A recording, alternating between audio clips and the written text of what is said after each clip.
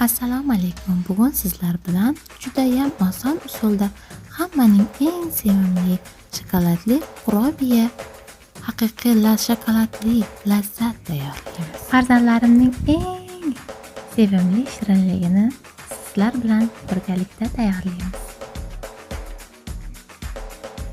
Kerakli masalliqlarni opisiyadan topishingiz mumkin. Bismillah deb taryog'imizni qirg'ichdan chiqarib olamiz. Ustiga turetskiy kakao va ozgina unimizni qo'shib, mayin kroshka qilib olamiz. Saxarning pudra, razrixlita va ilangan un qo'shib birlashtiramiz.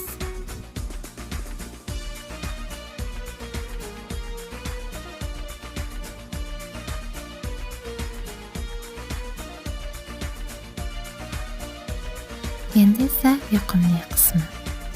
Eritilgan qora shokoladni qo'shib, qo'lga yopishmaydigan yumshoq xamir quramiz. Bir dona katta snikrsimizni maydalab olamiz. Listimizga pishiriq qog'ozini solib, kurabiya xamirimizni kesib olamiz va ularga dumaloq shakl beramiz.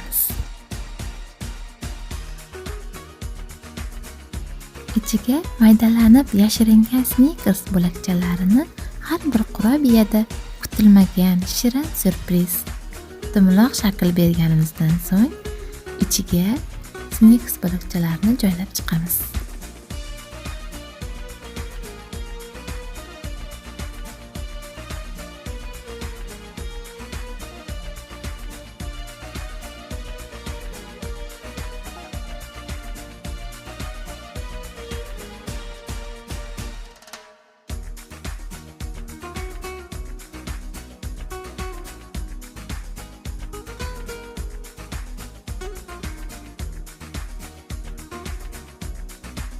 Tayyor bo'lgandan so'ng 35 daqiqaga xonadonlikka qo'yib qo'yamiz.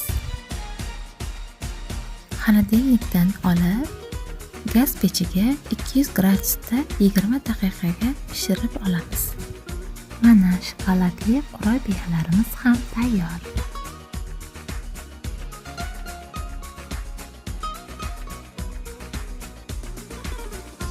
Tayyor bo'lgan shokoladli kurabiyalarimizning ustiga ozgina tvorojniy sir, ozgina molokoni birgalikda aralashtirib, ustiga chiroyli qilib issiqligida surkab chiqamiz.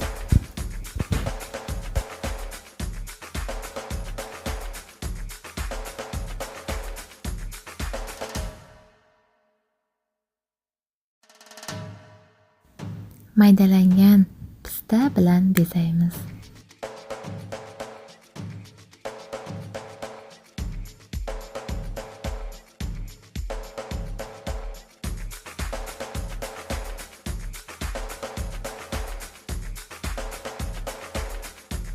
Judayam oson shokoladli kurabiyalarimizni uyingizda albatta tayyorlab ko'ring.